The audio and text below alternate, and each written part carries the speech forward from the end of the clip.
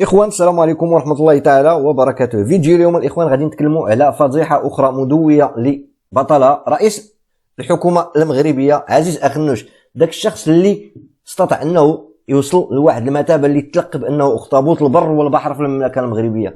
اكبر شخص مستافد من الثروات ديال البلاد، مستافد من اكبر حصه في الثروات البلاد تتلقى عنده فيها الارباح. هو تياكل اللي شافها ديالته، اللي ما شافهاش عنده فيها نص. هذا هو السيد اللي تنقولوا عليه بالمثال بالعاميه ديال كيلمنشار، طالع واكل نازل واكل.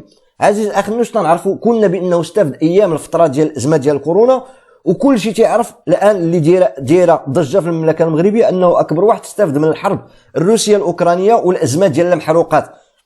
الشخص اللي تم مؤخرا تصريب ملفات بانه تيهرب الغازوال او المحروقات الروسيه الى المملكه المغربيه باسعار منخفضه. الفضيحه الاخرى المدويه اللي غادي دير ضجه في الايام ونتمنى انها تكون من اخر الضربات ديال اخنوش قبل ما يغبر عنا وجهه، هو اخنوش الاخوان الشركه ديالته، المجموعه ديالته اكوا اللي هو صاحبها هو والاقارب ديالو والعائله ديالو. هاد المجموعه ديال اكوا في الشهور الاخيره دارت واحد الاستثمار الاخوان غريب بعيد على الاستثمارات ديالها. نشئوا واحد الشركه، واحد الفرع سميتو افري موبيليتي اللي استثمروا فيه واحد 2 مليون ونص ديال الدرهم، متكون من 2 ديال شركات، 2 الفروع. الشركه الاولى سميتها فيوتر شوفور، والثانيه خاصه بالنقل عبر التطبيقات. والشطر الثاني من هذا الاستثمار سميتو شركه ديال التخصص ديالها هو التوصيل ديال الطلبيات ديال يعني الليفريزون.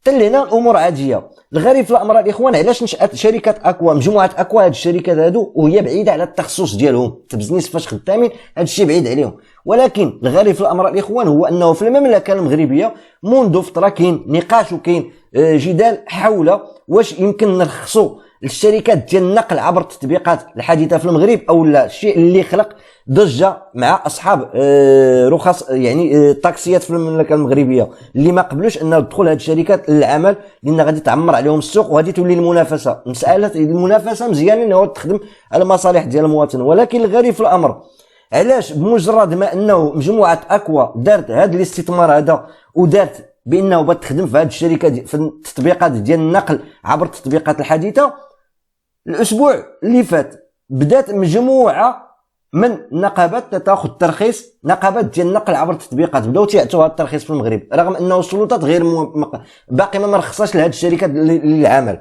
ولكن الترخيص في حد ذاته للنقابات هو كتعبيد الطريق بانه هذه الشركات غادي تعطاهم، شركات ديال النقل عبر التطبيقات الحديثه غادي تعطاهم الترخيص باش يدخلوا يشتغلوا في السوق المغربي. وشكون اللي غادي يكون استافد؟ شكون خونا اللي دائما سابق الحكومه وسابق الاداره المغربيه قبل ما تدير شي قرار، هو تيكون ديجا مجاد ومفرش شغله. هو عزيز اخنوش مجموعه اكوا داروا هذه التطبيقات هادو، داروا هذه الشركه ديال تاع النقل عبر التطبيقات اللي سميتها افري موبيليتي. افري موبيليتي الاخوان اللي غادي نمشيو للموقع الرسمي ديالها هو هذا.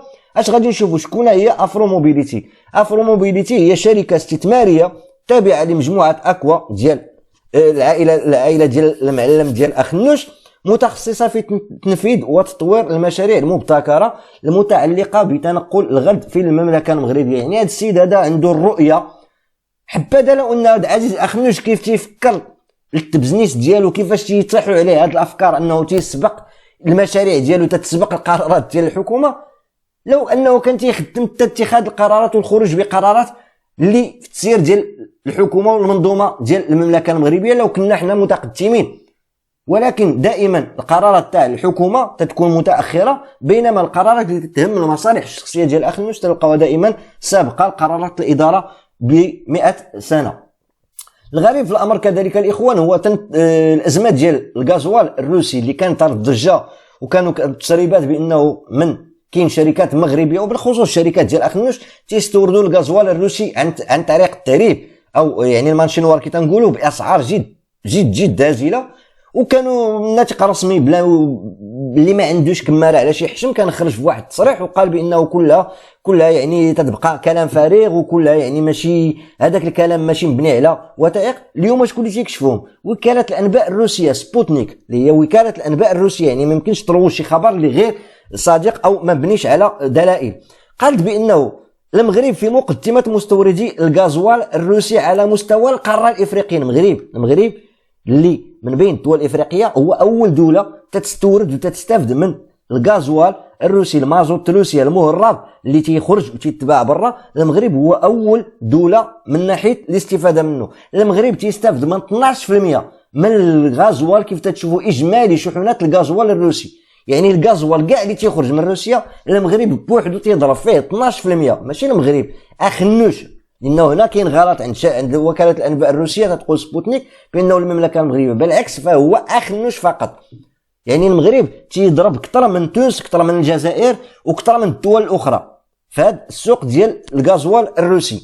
هنا يعني الغريب في الامر، مادام اننا حنا تنستافدوا تنستوردوا هذا الغازوال الروسي واللي تنعرفوا الاسعار ديالو الان منخفضه لانه تيدوز بواحد الطرق يعني غير مشروعه، فكان احرى اننا نلقاو اسعار جد منخفضه في المملكه المغربيه في السوق المغربي ديال المحروقات الغازوال، بينما العكس تنجيو تلقاو الاسعار اللي عندنا توازي او تقارب الاسعار في الدول الاوروبيه، وتنعرفوا الدخل ديال المواطن الاوروبي والدخل ديال المواطن المغربي. فالتساؤل ديالي انا، الى متى غادي نبقاو في هذا الاستهتار؟ الى متى غادي نبقاو في هذا الاستغلال ديال الثروات واستنزاف الثروات المغربيه والضحك على المواطن المغربي؟ كيفاش المواطن المغربي تيخلص وتيجني الثمار ديال الفساد ديال هاد الاستهتار ديال المسؤولين المغاربه، كيفاش المسؤولين المغاربه او اعضاء الحكومه وبالخصوص رئيس الحكومه كيفاش تيستغلوا النفوذ ديالهم والمناصب ديالهم للثراء الفاحش، بينما اللي تيخلص الضريبه ديال الثراء الفاحش ديال المسؤولين هو المواطن اللي تيتزاد فقر يوم بعد يوم. والدليل هو الازمه اللي تنعيشها الان في المملكه المغربيه اللي ما عمرنا عشناها. ما عمر المغربي كان الهم ديالو هو بطاطا والبصله وماطيشات، حتى ولا المغربي الحلم ديالو هو بطاطا هو يعمر القفه. ولكن هذا نتيجه ديال انه في المملكه المغربيه ما عندناش المحاسبه، ما تربطوش المسؤوليه بالمحاسبه، تتبقى فقط حبر على ورق، بينما على ارض الواقع ما كاينش المحاسبه. اي مسؤول مغربي تيدوز 5 سنين ديالو او 6 سنين او 7 سنين او المده، واخا هادو ما عندنا في المغرب حنا اللي شد البلاصه ما يخرج منها حتى تيموت، تيضرب داكشي اللي ضرب، ما كاينش اللي يتحاسب معاه في الاخير اش درتي ولا منين جبتي هادشي، ما عندناش حنا في المغرب.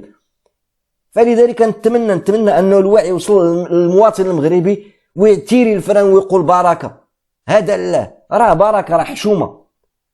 اللي جا تيضحك عليكم، انت تجي تهضر مع المواطن تيقول لك انا ما صوتش عليه، انا ما درت ليش. الا ما صوتش عليه انت وما صوتش عليه انا وما صوتش عليه الاخر، كيفاش وصلوا تما؟